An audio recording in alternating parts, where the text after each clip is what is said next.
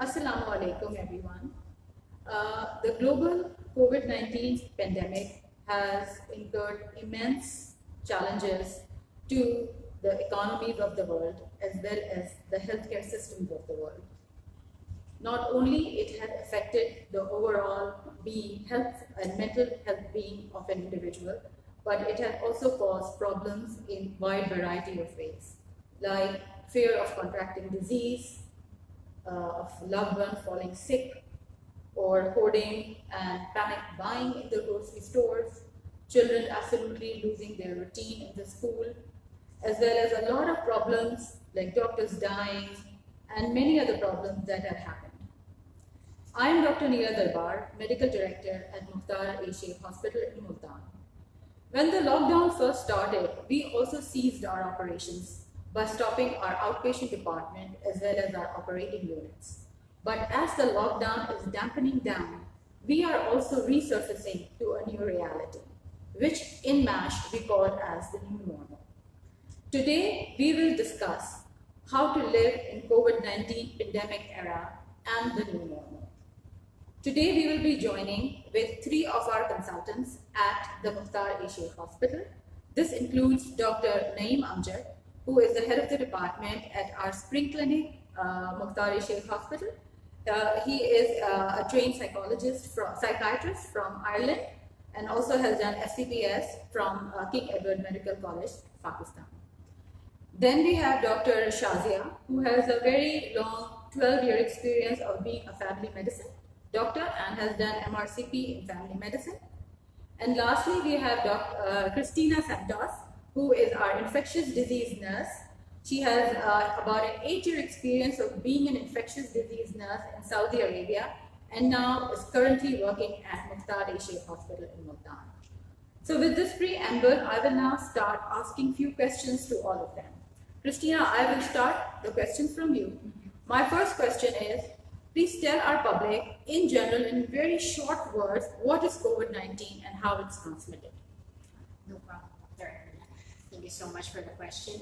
Well, we know about coronavirus nowadays. There's a lot of definition that you can see, but to summarize it, COVID-19 is the novel coronavirus, and it's from the family of coronaviruses. It came from Wuhan, China, around December last year, and knowing from that it has the respiratory illness and the symptoms are respiratory in nature, and basically now it has become pandemic since March 31. Dr. Shazia, I'm going to ask you the next question. Tell me what initial MASH response was about the COVID-19. So thank you, Dr. Neela, for giving me this opportunity. So as you know that this is a very new situation for all of us. But thanks God, due to visionary leadership and a dedicated team, we succeeded to keep the things under control.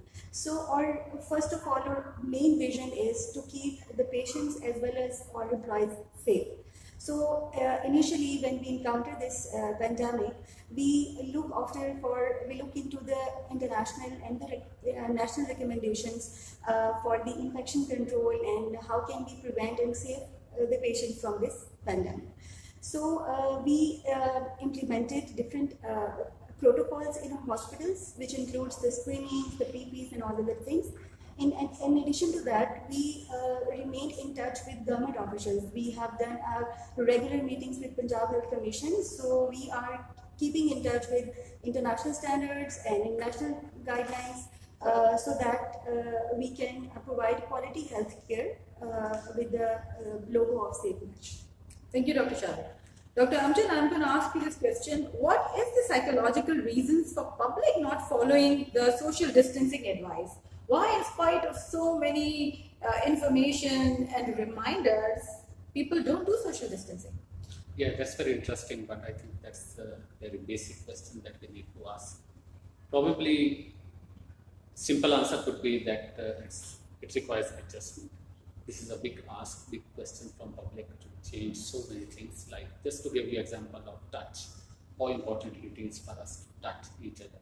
Just like for a child to be touched by mother, or for patient to be touched by a nurse.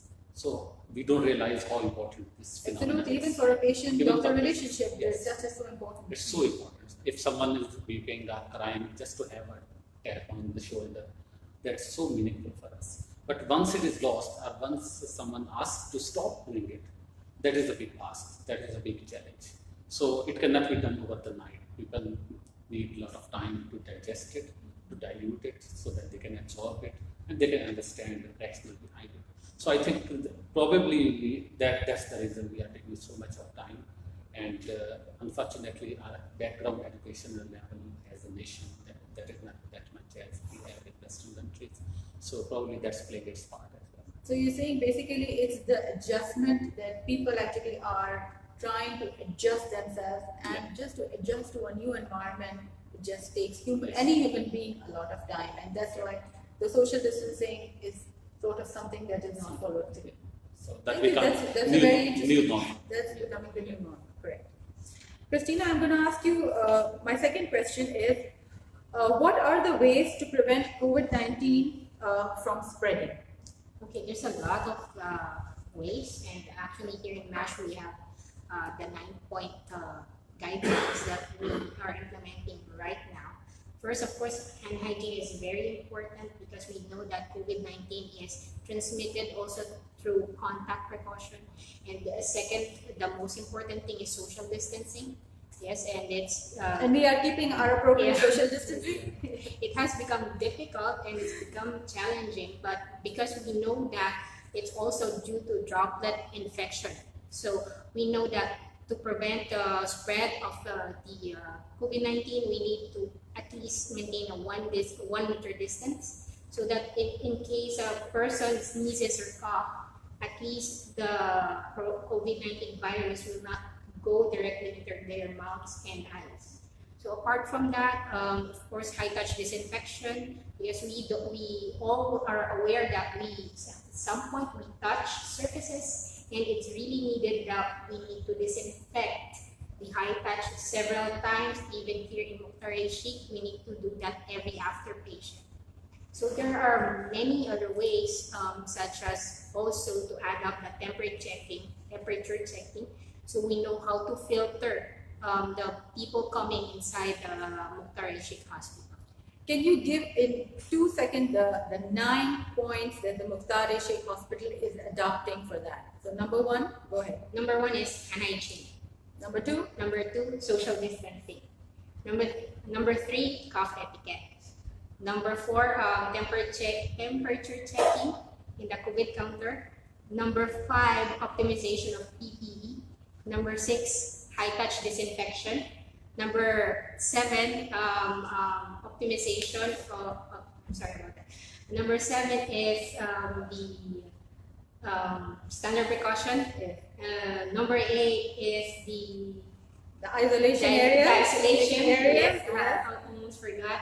And I have mentioned the high touch disinfection.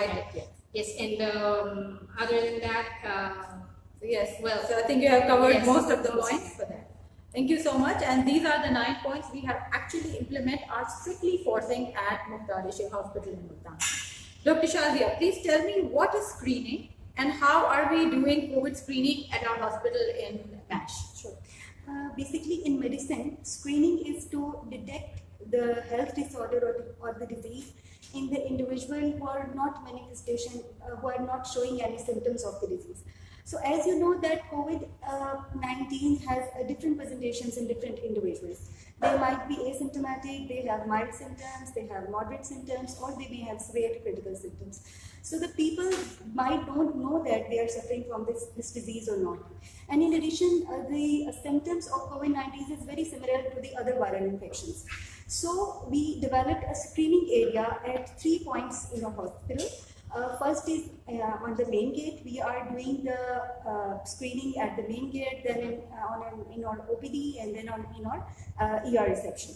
So how we are doing that screening? First of all, we are checking the temperature of every individual who are coming to the hospital, whether it's a patient, it's a attendant, or employee. So then we are asking few questions. The questions regarding the symptoms of the COVID-19, like if they are having fever, they are having cough, sorry, any flu-like symptoms, or they have any travel history, they have any history of contact with any suspected case. So if we got any suspected case at our screening areas, we immediately shift this case to one of the isolation areas which we made for the COVID suspected cases. So our And I medical- believe that isolation area is also outside Yes, hospital, it's so we also don't there. even allow Yes. any suspected case to enter into the hospital until they are screened by Yes, family by doctor. our professional medical team. So our medical team, when we send the suspected case to the isolation area, our medical team with proper person protective equipment visit this patient, evaluate the patient, and then decide the management according to the protocols. So this is basically the mainstay that we can prevent the entering of infection into the main building of the hospitals. And How worry and anxiety disorder could be differentiated, and how someone know that it's time to seek help. As you know that anxiety and worry is rampant in this pandemic times. We all are anxious, and as humans, I think there is no human who doesn't feel anxious. So it's just about a matter of controlling anxiety. So people, when they can't control their anxiety, and anxiety becomes too prolonged, or too severe, or it starts impacting day-to-day life. These are three things that make anxiety disorder. So it's okay to worry, it's okay to be anxious, but if this anxiousness or nervousness stays too long, starts affecting your life, day-to-day life, and it is too severe that you get into panic mode and you can't do anything about except anxiety, very anxiety, that will be the time when I would suggest that we will see. And Dr. Niranjan, I'm just curious to know, since at MASH we are doing teleconsultation for general public initially, please tell me how many patients have actually sought help because of anxiety due to this pandemic phenomenon? I think the response was actually more than what we expected and what most of us would have expected. A lot of people were actually too keen to get it. They were very appreciative. I think people who were registered patient of us, almost every one of them actually got in touch with us. So response was immense. Rather, we got a new kind of population who got in touch with us in the form of maybe transgender population who got an option to get opinion, with maintaining confidentiality and from a distance, which suits their population better. So I think that's going to be the norm. That's going to be the new norm. And I'm glad to see that that sect of population of our society who are actually very afraid to seek any kind of medical help because of them being ostracized are now finding telecommunication, psychiatric services as a means to solve their problems. So that is a very healthy attitude that the society has showed towards teleconsultation. Christina, I'm going to come back to you again. So please tell me, which is more preferable in COVID-19, a hand hygiene or soap and water hand washing? Actually, that's an interesting question. Most of us right now, it's being Because everybody is looking for Purell, Yes. hand sanitizers, and wherever you go, people have it in their pocket. Is it really superior to simple soap and water hand washing? it's being commercialized. It's the actual scenario right now. Hand sanitizer are being commercialized, but because of the it's very into our hands, we can get it directly. Hand sanitizer is very convenient. Wherever we can go, we can have hand hygiene. Like for example, we're going to the market, driving, and pick up some grocery. Can do hand hygiene instantly with alcohol-based hand sanitizer. That's the main reason that most people prefer that. But what we should know also that hand washing with soap and water is very important, and it's also you can say as much as effective as alcohol hand sanitizer. So you can either way, if you're at home, if it's convenient to do hand washing with soap and water, you can do that. Or if you're outside, you can do hand sanitizer. It's basically they're the same. They are the same. So you can incorporate one or another. Yes. It has the same effect. Yes. Thank you. Dr. Shazia. What is the idea behind Safe MASH and what protocols we have implemented for that? So Safe MASH is basically a vision. A vision is that we are providing the quality health care to all our patients, keeping them safe, keeping the employees and the patients safe from the COVID-19 infection. So we have implemented different protocols for that. First of all, as we have discussed, that we are doing the screening. We are not allowing these suspected cases to enter into the main hospital building. We are giving them medical treatment, but on a separate area. Secondly, is all our hospital staff, the doctors, the paramedics, they are wearing proper PPEs, personal protective equipment, as recommended by the Center of Disease Control and World Health Organizations. So we are very actually much- following the guidelines Yes. of CDC and Yes. WHO regarding that. Yes, and we have ample quantities of PPs in our hospitals, and we are basically we are very much focusing on the rational use of PPs in all our departments. So another thing is that we are, as the Christina is telling you, that we are doing the social distancing, the hand hygiene. We make it mandatory for all the individuals coming to the hospitals to wear the mask. So in this case, we can reduce transmission of infection from one person to the other. So the idea is that we are continuing the provision of the quality medical health care, but in addition, we are also educating the employees, the patients and their attendants, that how can you prevent the spread of this virus. Yes. So that's very good. The other question that I want to add to it is that every hospital has a masjid and their Jummah prayers. Yes. And what MASH has actually done to prevent gathering in these localities, because this always remains a controversial topic. That's very important, I think. So we have we are first of all we have implemented the social distance in our masjid. We have the signages where every individual can stand for the prayers, and after every prayer we are doing the disinfection of the floor with the proper guidelines from our infection control committee. Also, we have divided the prayer times in different timings so that a less number of people are attending the mosque at one time. So this is basically. Thank you so much.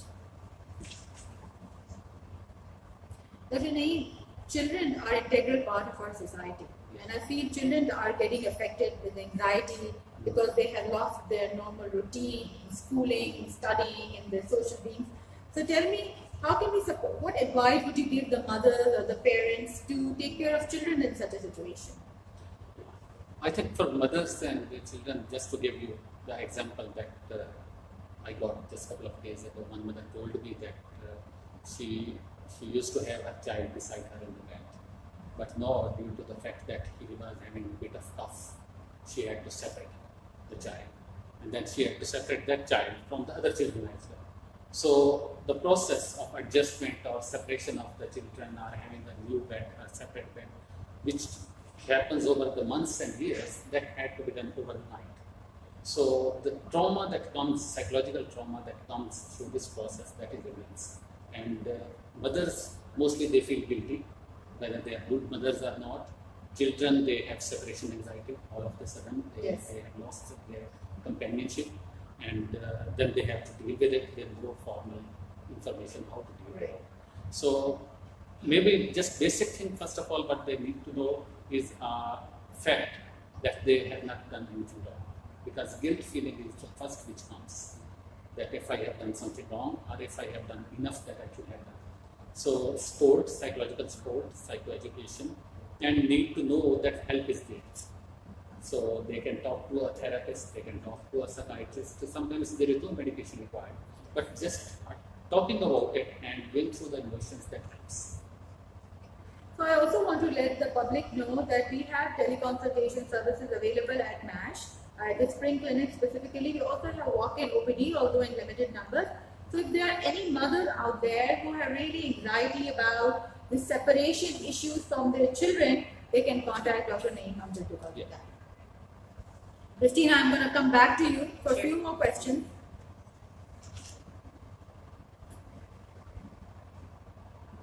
So, I want to talk to you about some fake news, right? Because as you know that the way the COVID-19 is spreading, the fake news on WhatsApp, on social media is also immense and spreads like a virus, like a coronavirus spreads.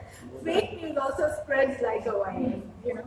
So tell us that how can we filter correct information out of all the fake news that are around? There's a lot of news about different kind of vaccination, different kind of medication, different kind of protection.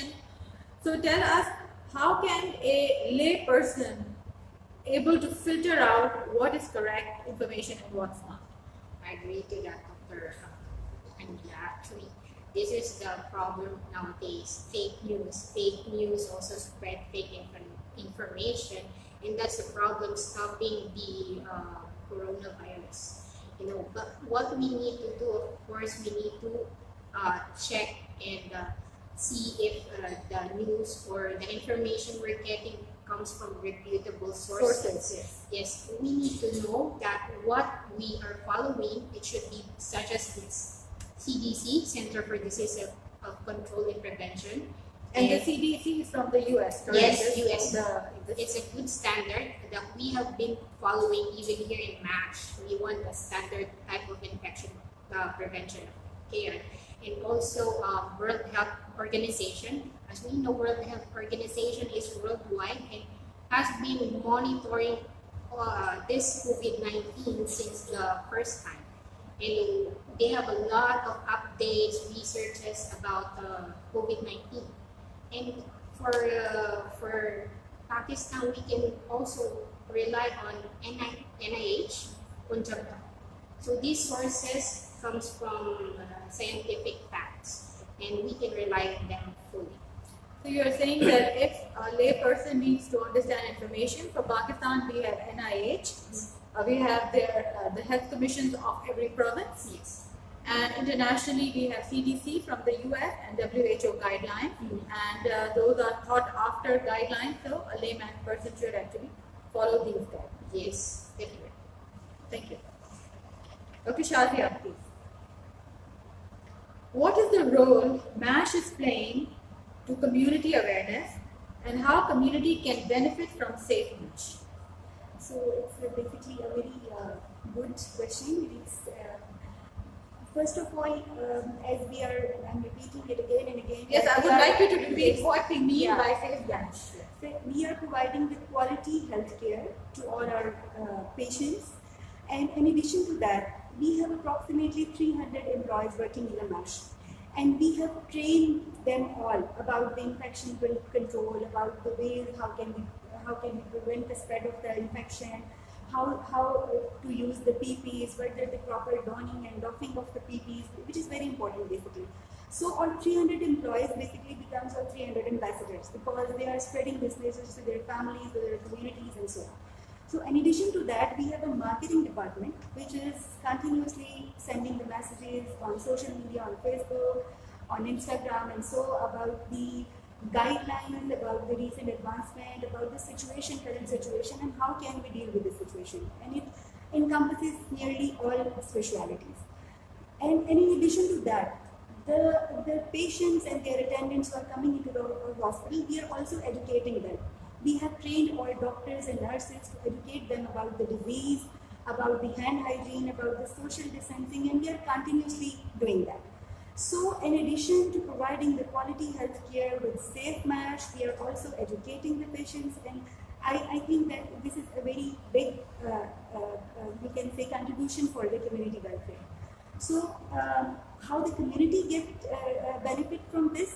So they can visit us, they can visit all our departments, keeping in view that they are safe here, they are in safe hands, and because the hospitals becomes a red zone for the COVID-19 virus. But in MASH, we are providing the environment which is, alhamdulillah, free from COVID-19. Yes. Although we do have a red zone, which is an emergency area, but the rest of the hospital is almost COVID-free and it's safe. And we have done a lot of work for screening, for educating, for creating awareness, a lot of marketing, and we have started home health delivery services, we have started teleconsultation, Our packages, we have started some executive packages here for anyone who is interested in doing a complete healthcare checkup can actually come and join our executive packages, which are available at a very reasonable price, which is comparable to prices in other hospitals in Bhutan. Thank you, Dr. Naeem. Yes. What do you expect will happen in post-COVID-19 pandemic era? Do you think it will normalize? Do you think this mental well-being, people are affected not just by health, while one of their loved ones dying, but also because of economic issues? A lot of people have lost their jobs. There is a big salary cut down that are happening worldwide, including Pakistan. And again, this is a new adjustment, Yeah. a new normal. Yeah. Do you think people will be able to mentally adjust to this new situation? I think this would be the last thing that they would adjust to be honest, because what pattern says and what history suggests that viruses actually they go away quickly, then the economic impact, and the last would be the mental health impact that is going to stay much longer because of the nature of the psychiatric symptoms. Those once depression gets triggered in, it could take months and months before a person gets pulled out of it. So just like to give an example about SARS virus which broke out in 2003, we noted a surge in number of suicides in USA. And then recently we also heard there's an emergency doctor in New York City Yeah. committed suicide because she actually was handling a lot of COVID-19 patients in New York City. And we had So we are, this suicide is surfacing now Surfacing because now. of the anxiety and depressive And at a issues. very high level, we had the suicide of finance minister of Germany. Yes, Finance Minister of Germany also So committed. this would be kind of this would give us a hint what's going to come up next. So pattern would suggest that we are going to face a surge in psychiatric presentations, number of suicides, number of people getting unwell mentally, and need for psychiatrists and psychological services to be in place to deal with that. Thank you very much. So I think we will end our Facebook live session now. Thank you very much, Christina, Dr. Shazia, and Dr. Naeem Amjad for enlightening us with all the information about the infection control and COVID, about how MASH is actually taking it and how psychiatric illnesses have affected us and how you can overcome. In the end, I just want to let you know that at MASH, we are trying to come back to the new reality, which is the new normal. And I hope you guys will also come back to the new reality. Thank you.